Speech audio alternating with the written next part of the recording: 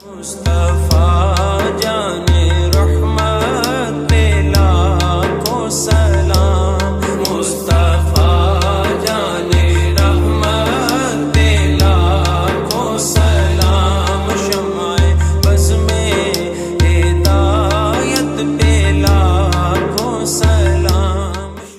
اگر کہیں کہ توحید کا عقیدہ، توحید، اس پر عقد کریں، اس پر گانٹھ باندھیں، اسے مابحل امتیاز سمجھیں، تو درست نہیں کہ توحید پر یہود کا بھی عقیدہ ہے۔ یہودی بھی خدا کو ایک مانتے ہیں، اور آج بھی اللہ اکبر اپنی زبان میں اللہ کے نام پہ ذبح کرتے ہیں، اور ان کا کوشر، یہودیوں کا ذبح کیا ہوا جانور آج کے زمانے میں بھی حلال ہے، جیسے ہمارا۔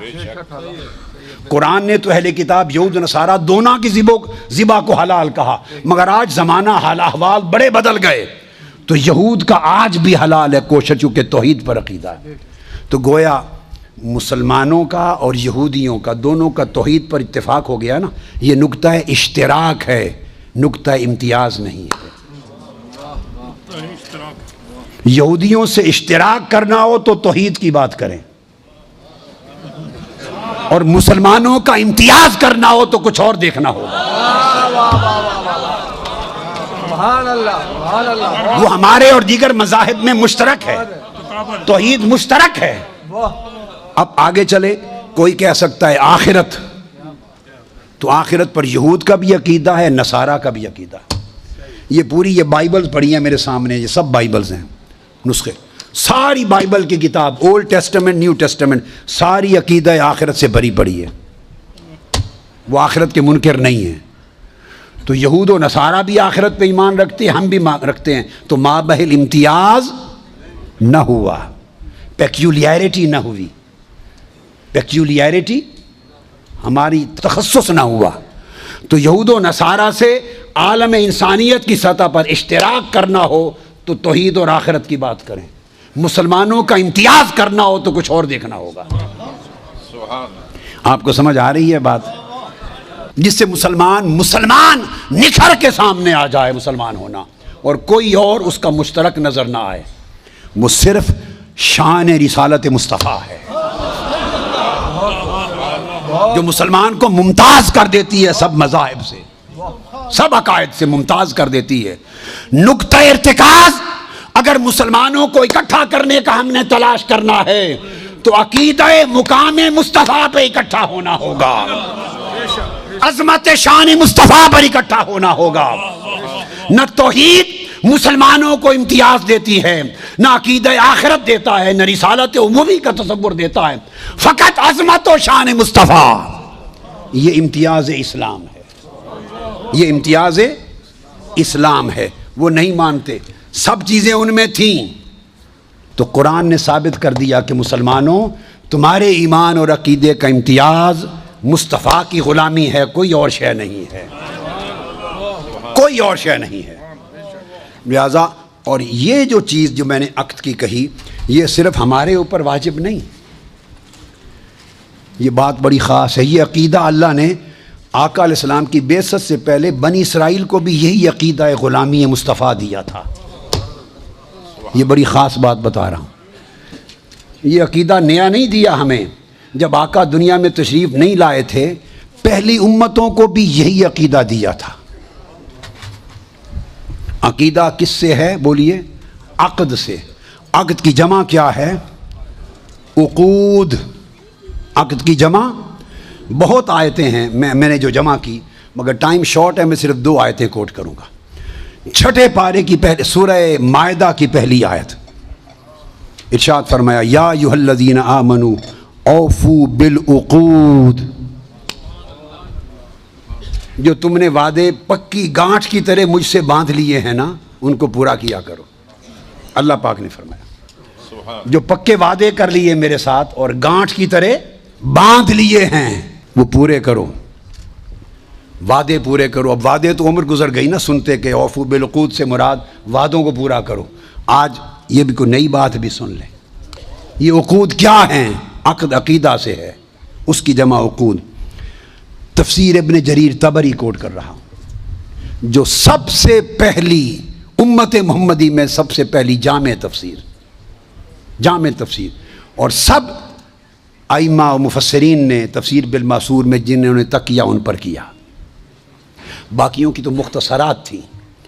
وہ امام ابن جریر طبری روایت کرتے ہیں کہ وہ جو اوفو بالعقود ہے اس سے مراد یہ ہے بل ھذہ الآیہ امر من اللہ تعالی لأہل الکتاب بالوفاء بما اخذ به میثاقہم من العمل بما فی التوراۃ والانجیل فی تصدیق محمد صلی اللہ علیہ وسلم۔ فرماتے ہیں کہ اس میراث سے مراد کے اپنے جو وعدے پکے باندھ لیے اس کو پورا کرو۔ فرمایا وہ جو عقیدہ شان مصطفیٰ تھا اس وعدے کو پورا کرو، جب میرا محبوب آ جائے ان کی شان کے ڈنکے بجانے۔ اسی طرح امام ابو محمد المکی الہدایہ تفسیر کی کتاب، اس میں آپ فرماتے ہیں ابن جریج ان سے مروی فرماتے ہیں العہود، یہ جو عقود ہیں التی اخذها اللہ علی اہل الکتاب من العمل بما فی التوراۃ والانجیل فی تصدیق محمد فہی لأہل الکتاب خاصۃ، یہ اہل کتاب کے لیے خاص اتری ہے۔ اور فرمایا کہ جو تم سے وعدہ لیا تھا کہ جس دور میں میرا محبوب آ جائے جو کلمہ تم پڑھتے ہوگے اسی لمحے چھوڑ دینا ہے۔ یہ السدی الکبیر حضرت عبداللہ ابن عباس کے شاگرد وہ روایت کرتے ہیں، اس کا معنی ہے ان اللہ اخذ میثاق الیہود لیبیننہ للناس محمدا، شان مصطفیٰ کو لوگوں میں بیان کرنے کا وعدہ لیا تھا۔ یہ نقطہ خاص بتا رہا ہوں، صرف ایمان لانے کا نہیں، لتبیننہ، ایمان تو لاؤ گے ہی لاؤ گے، مگر خالی ایمان لا کر چھپا لو تو وعدہ خلافی ہوگی۔ لتبیننہ، سٹیج پر چڑھو تو تقریریں کرو تمہارا موضوع شان مصطفیٰ ہو، جلسہ کرو خطاب کرو تمہارا موضوع مقام مصطفیٰ ہو، کیا خوب جملہ ہے، لوگوں کا اجتماع ہو تمہارا محکوم حضور کی عظمت اور حضور کی شان ہو۔ میری توحید تو ہر کوئی بیان کرے گا، اس سے اوفو بالعقود پورا نہیں ہوگا۔ مارک کی بائبل، اس میں پہلے تو حضرت یحییٰ علیہ السلام کہتے ہیں، وہ فرماتے ہیں جان announced someone is coming soon who is greater than me and so much greater that I am not even worthy to stoop down like a slave and untie the straps of his sandals۔ فرماتے ہیں کہ کوئی آنے والا آ رہا ہے اور ان کی شان اتنی بلند ہے کہ میں ان کا غلام بننے کے بھی قابل نہیں اور ان کے جوتوں کے تسمے کھولنے کا بھی قابل نہیں۔ پھر وہ بیان کرتے ہیں but someone is coming soon who is greater than I am, so much greater than I am not even worthy to be a slave and untie the straps of his sandal۔ یہ Luke اس کا حوالہ آیت ان کی 3 اور 3 کے بعد اس کا number 15۔ اسی طرح یہ بیان ہو رہا ہے اور پھر وہ بیان کرتے ہیں you also must be ready۔ پھر سیدنا عیسیٰ علیہ السلام بیان کرتے ہیں، یہ بائبل ہے یاد رکھ لیں، اور گوسپل اس کو ریڈ اینڈ بلیک کہتے ہیں۔ جو عیسیٰ علیہ السلام کے کلمات ہیں ان کے کلمات سرخ انک میں لکھے گئے ہیں، جو ان کے کلمات جو بقایا ہیں وہ بلیک میں ہیں، جہاں سرخ کلر ہو وہ عیسیٰ علیہ السلام کے کلمات ہیں according to Bible and gospel. اچھا، گوسپل میں عیسیٰ علیہ السلام فرماتے ہیں اب یہ جو وعدے لیے گئے تھے لتبیننہ، اب وہ وعدے قرآن سے سن چکے، اب آج کی بائبل بیان کر رہی ہے، کہتے you also must be ready all the time for the son of man will come when least expected۔ اب بعض لوگ مراد لیتے ہیں چونکہ وہ احباب کے اس سے مراد عیسیٰ علیہ السلام ہے، تو عیسیٰ علیہ السلام کو وہ سن آف مین نہیں مانتے، ان کو تو سن آف گاڈ مانتے ہیں۔ یہ بائبل بڑی معروف ہے سٹینڈرڈ جو جیمز ورشن ہے، کنگ جیمز ورشن، اس میں جو لفظ آیا ہے وَيَدَعُ عَنْهُمْ إِصْرَهُمْ وَالْأَغْلَالَ الَّتِي كَانَتْ عَلَيْهِمْ، جو تمہیں نجات دے دے گا، تمہاری مدد کرے گا۔ اس کے اندر وہ بیان کرتے ہیں کہ وہ there cometh and mightier than I after me the latchet of whose shoes I am not worthy to stoop down and untie۔ آگے کہتے ہیں کہ وہ جو آئیں گے وہ کمفرٹر ہوں گے، جو بوجھ تم پر لدے ہوئے ہوں گے ان بوجھوں کو اتار دے گا۔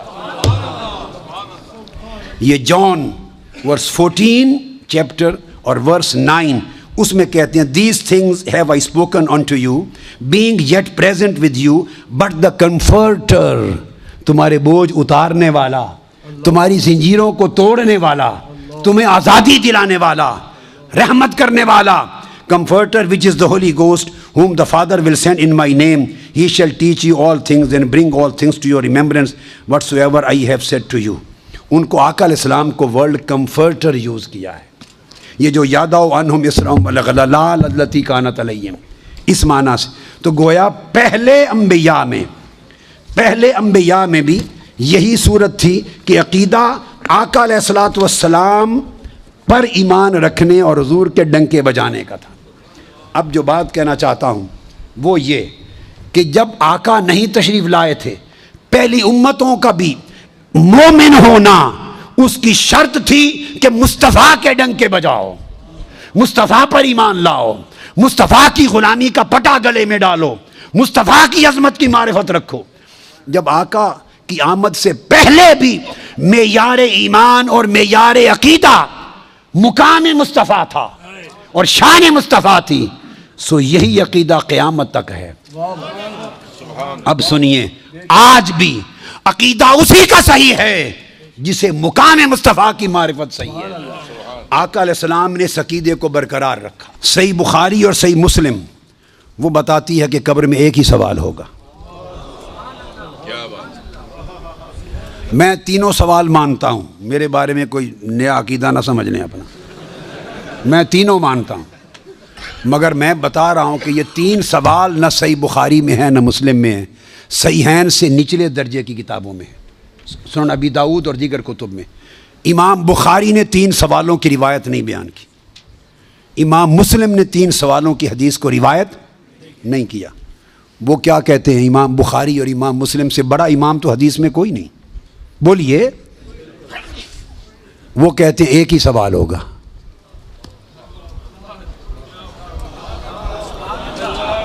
اب ٹکراؤ آ گیا بخاری اور مسلم کی صحیحین کی روایت میں اور نچلے درجے کی کتب صحاح کی روایت میں ٹکراؤ آ گیا.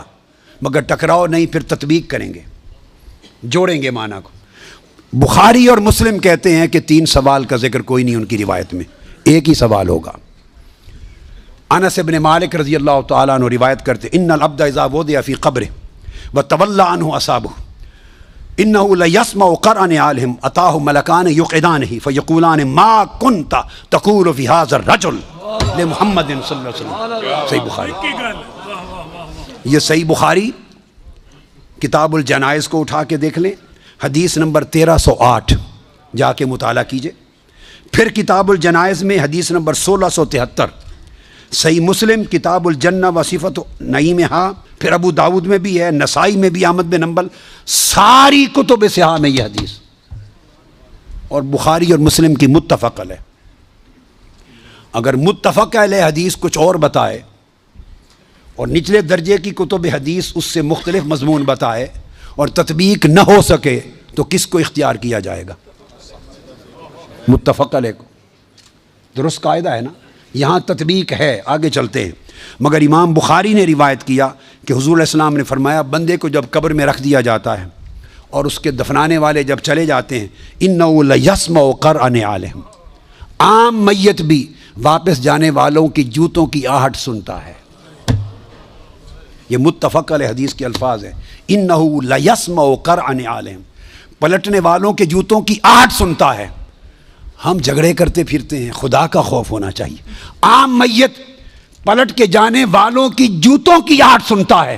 آپ کہتے ہیں اولیاء قبروں میں آپ کا سلام نہیں سنتا. ہم کس چکر میں، ہم نے عقیدے کہاں سے لیے ہیں، ہم نے کیا ڈھونگ رچا رکھا ہے. آقا فرماتے ہیں عام میت سنتا ہے قبر میں لیٹا ہوا جوتوں کی آہٹ. اگر ہم سمجھیں کہ اولیاء اور صلحاء جو عام میت سے اونچے درجے وہ قبر پہ آنے والوں کو نہیں سنتے، یہ عقیدہ کہاں سے آ گیا؟ یہ نہیں پوچھنا فرشتوں، پوچھنا ما کنت تقول، جب تقریر کرتا تھا جامع مسجد میں منبر رسول پر تو تب کیا کہتا تھا؟ جب جلسے کرتا تھا اور ذکر آتا تھا میرے مصطفیٰ کا، ما کنت تقول، گلے پھاڑ پھاڑ کر تب کیا کہتا تھا؟ جب کتابیں لکھتا تھا تو میرے محبوب کی شان میں کیا لکھتا تھا؟ یہ نہ بتا کہ آج لے ان کی پناہ، آج مدد مانگ ان سے، کل نہ مانیں گے، قیامت کو اگر مان گیا، ارے جب چہرہ مصطفیٰ سامنے ہوگا۔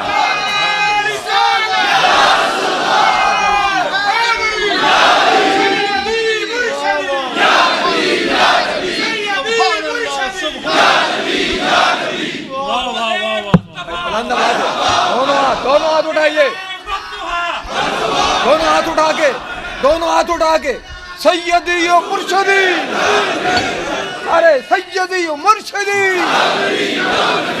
تو فرمایا یہاں تو جب کوئی اور شے نظر نہیں آئے گی سوائے دو فرشتوں کے جو پوچھ رہے ہیں، اور چہرہ مصطفیٰ سامنے ہوگا تو پھر تو سب عقیدے کی سمجھ آنی ہے، پھر کیسے انکار کرو گے؟ پھر تو سب سیدھے ہو جائیں گے۔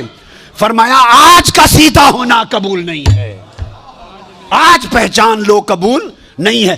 بتا وہ زندگی بھر کیا کہا کرتا تھا؟ ما کنت تقول۔ تقریریں کرتے ہوئے حضور کی شان گول کر کے آگے گزر جاتا تھا یا رک کے کھول کے بیان کرتا تھا؟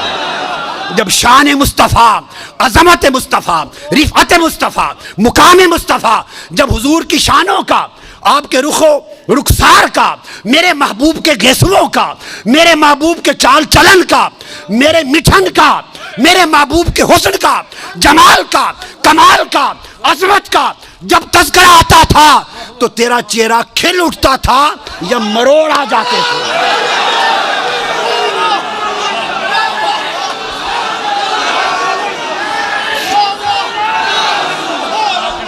جب میرے محبوب کی نعت پڑھی جاتی تھی، جب میرے محبوب کی نعت پڑھی جاتی تھی، جب میرے محبوب کی عظمت کے تذکرے ہوتے تھے، اس وقت تیرے چہرے کا رنگ کیسا ہوتا تھا؟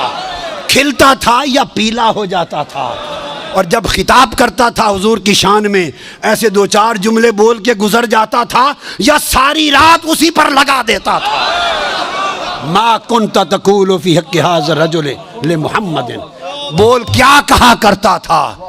ام المؤمنین سید عائشہ صدیقہ رضی اللہ تعالیٰ عنہ فرماتی ہیں، اور حضرت ابو ہریرہ، دونوں کی اکٹھی روایت ہے، یہ مسند احمد بن حنبل اور ابن ماجہ میں یہ بھی حدیث صحیح ہے۔ فرماتی ہیں کہ آقا علیہ السلام نے فرمایا، قال اما فتنۃ القبر، بڑے توجہ طلب لفظ ہے، فرمایا فبی تفتنون وعنی تسألون۔ آقا نے خود فرمایا فبی تفتنون وعنی تسألون، صرف میری ذات اور میری شان کے بارے میں تمہیں آزمایا جائے گا۔ اب یہ نص سری آ گئی، وعنی تسألون، اور آقا نے فرمایا میرے بارے میں پوچھا جائے گا۔ آقا نے خود قصہ ہی تمام کر دیا، میرے بارے میں پوچھا جائے گا۔ اور ثم یقال له فیما کنت، اب آگے میں اس کی تعبیر میں آ جاؤں گا۔ یہ سب وہ احادیث ہیں، اور وہ میں آپ کو بیان کر چکا ہوں کہ ابو داؤد اور نچلے درجے کی کتابوں میں 3 سوال آئے ہیں، بخاری مسلم میں کہیں 3 سوال نہیں آئے۔ سوال 3 ہوں گے، پہلے 2 سوال آپشنل ہوں گے اور تیسرا کمپلسری ہوگا۔ کیا تطبیق ہے؟ ایک تطبیق یہ ہے، یاد رکھ لیں، اگر مر ربوں کا، تمہارا رب کون ہے، جواب آ گیا تب بھی دوسرا سوال ہوگا، اور جواب نہ آیا تب بھی دوسرا سوال ہوگا۔ یہ طے ہے، اس پر کوئی اختلاف نہیں، سن لیں، کوئی اختلاف نہیں۔ جواب نہ آیا تو مسئلہ نہیں کہ اب کام تمام، اس کو پہلے ہی جواب نہیں آیا لہذا فرشتوں کو اٹھاؤ، گرز مارو، اس کو عذاب دو، نہیں۔ اگر نہیں آیا کہ میرا رب کون ہے، اس کو دوسرے سوال کا موقع دیا جائے گا۔ دوسرے سوال تیرا دین کیا ہے، جواب آ گیا تب بھی، نہ آیا تب بھی، اگر نہیں آیا جواب تب بھی فیصلہ نہیں ہوگا عذاب و ثواب کا، پھر اگلے سوال کا موقع دیا جائے گا۔ جب جن سوالوں کا جواب نہ آئے تب بھی اگلے سوال کا موقع دیا جائے، اس کو آپشنل کہتے ہیں، کہ آگے بھی گنجائش ہے، چلو نظر انداز کر دیتے ہیں۔ دوسرا جواب نہیں آیا، چلو پھر تیسرا کر لو۔ دونوں کا جواب نہ آئے تو پھر بھی پوچھا جائے گا آگے. اور تیسرا سوال رکھا، بتاؤ میرے محبوب کے بارے میں عقیدہ کیا تھا. اگر یہ جواب نہ آئے تو اس کے بعد کوئی چوتھا سوال نہیں. اس کے بعد فرمایا پکڑ لو اس بے ایمان کو، پکڑ لو اس دیوس کو جو دین اسلام کا نام لیتا ہے، کلمہ پڑھتا تھا اور میرے مصطفیٰ کی شان نہیں پہچانتا.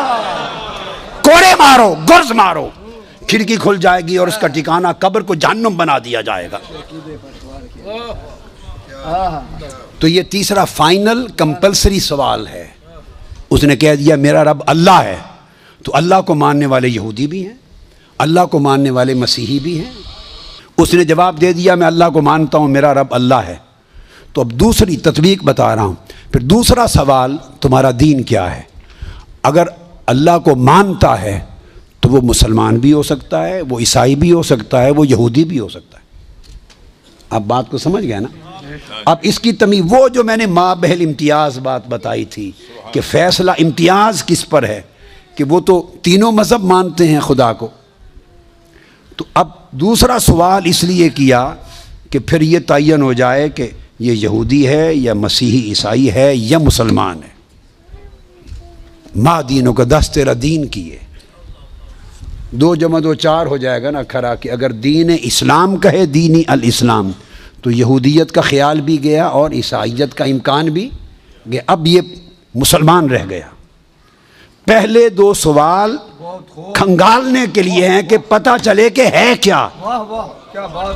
کافر ہے، سکھ ہے، آتش پرست ہے، دہریہ ہے، کیا ہے.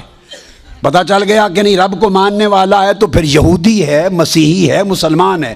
جب اس نے کہہ دیا میرا دین اسلام ہے تو سارے امکانات گئے. اب رہ گیا کہ یہ مسلمان ہے.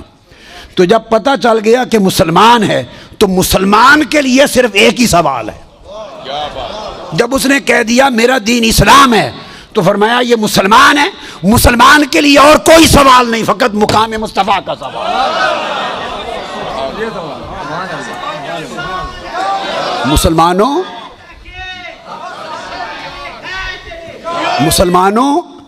اگر یہ بتا لیا قبر میں کہ ہمارا رب اللہ ہے تو یہ جواب تمہیں سکھ، آتش پرست، ہندو، دہریہ وغیرہ سے نجات دے کر یہودی، عیسائی یا مسلمان اس زمرے میں لا کے کھڑا کر دیں گے. اور اگر پھر بتا دیا میرا دین اسلام ہے تو یہودیت اور عیسائیت کو ختم، پھر تمہیں مسلمانوں میں شمار کر کے سوال ہوگا. اور مسلمان اب جنت کے لائق ہے یا دوزخ کے، اس فیصلے کے لیے ایک ہی سوال ہوگا. اور 10 ساڑھے سونے دے بارے تیرا کی اگر تو مسلمان ہے تو ایک ہی بتا مقام مصطفیٰ کو کیا مانتا تھا. تو امام بخاری نے جو ایک سوال لیا وہ صرف مسلمانوں کے لیے لیا کہ مسلمانوں اپنی تیاری کر لو. جب تمہارا مسلمان ہونے کا تعین ہو جائے گا تو بات ایک ہی پوچھی جائے گی، نہ دائیں کی نہ بائیں کی، صرف مقام مصطفیٰ کا پوچھا جائے گا. لہذا آج حضور کی معرفت پیدا کر لو، آقا علیہ السلام کی یار.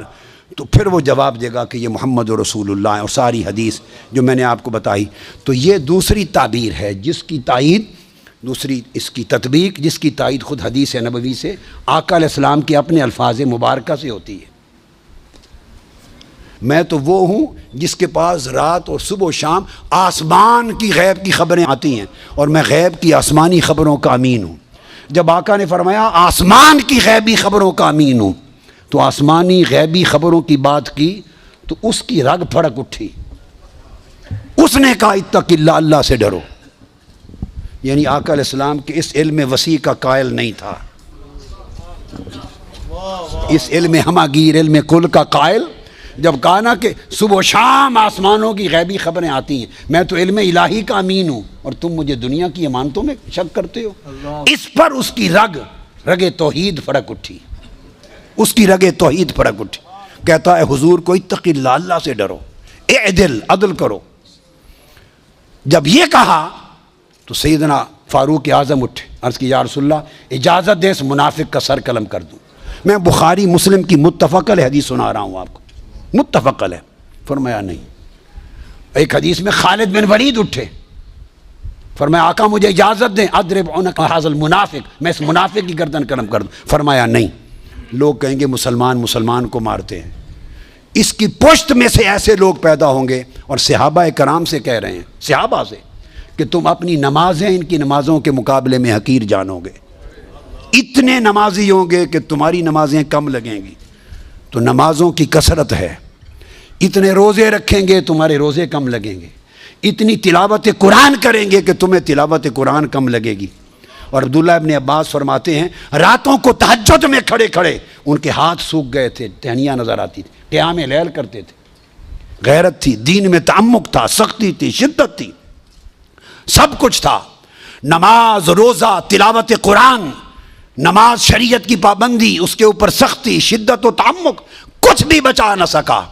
فقط ایک بارگاہ مصطفیٰ میں سوء ادب تھا۔ سب کچھ تھا، ایک ادب مصطفیٰ نہ تھا۔ نماز بھی تھی، روزہ بھی تھا، حج بھی تھی، زکوٰۃ بھی تھی، قرات قرآن بھی تھی، تلاوت بھی تھی، داڑھی بھی تھی، منڈا ہوا سر بھی تھا، شلوار پہ یہ چادر بھی پنڈلی سے اوپر تھی، سب کچھ سر سے پاؤں تک پورا نمونہ تھا شریعت کا۔ صرف ایک چیز نہ تھی، حیا رسول نہ تھا، ادب رسول نہ تھا، بارگاہ مصطفیٰ کی پہچان نہ تھی، مقام مصطفیٰ کا شعور نہ تھا۔ وہ حضور سے کرتا ہے، اور پھر حدیث کے لفظ ہیں، وہ پھر پشت کر کے حضور کی طرف چل پڑا۔ پشت، حدیث بخاری کے لفظ ہیں، پشت کر کے چل پڑا۔ یہ سمجھ نہ تھی کہ حضور کی طرف پشت کرتے ہیں یا نہیں کرتے۔ ارے کعبے کی طرف پشت ہو جائے تو کوئی حرج نہیں، مصطفیٰ کی طرف پشت ہو جائے تو ایمان جاتا رہتا ہے۔ جب پشت کر کے چل پڑا تو آقا نے پھر اس کی طرف اشارہ کیا، اس کو پہچان لو، اس کی نسل سے ایسے لوگ آئیں گے جن میں نماز، روزے اور عبادت کی کوئی کمی نہیں ہوگی۔ تو کمی کس شے کی ہوگی؟ صرف محبت و عدد مصطفیٰ کی، مقام مصطفیٰ کی پہچان نہیں ہوگی۔ فرمایا وہ دین سے خارج ہوں گے جیسے تیر شکار سے خارج ہو جاتا ہے۔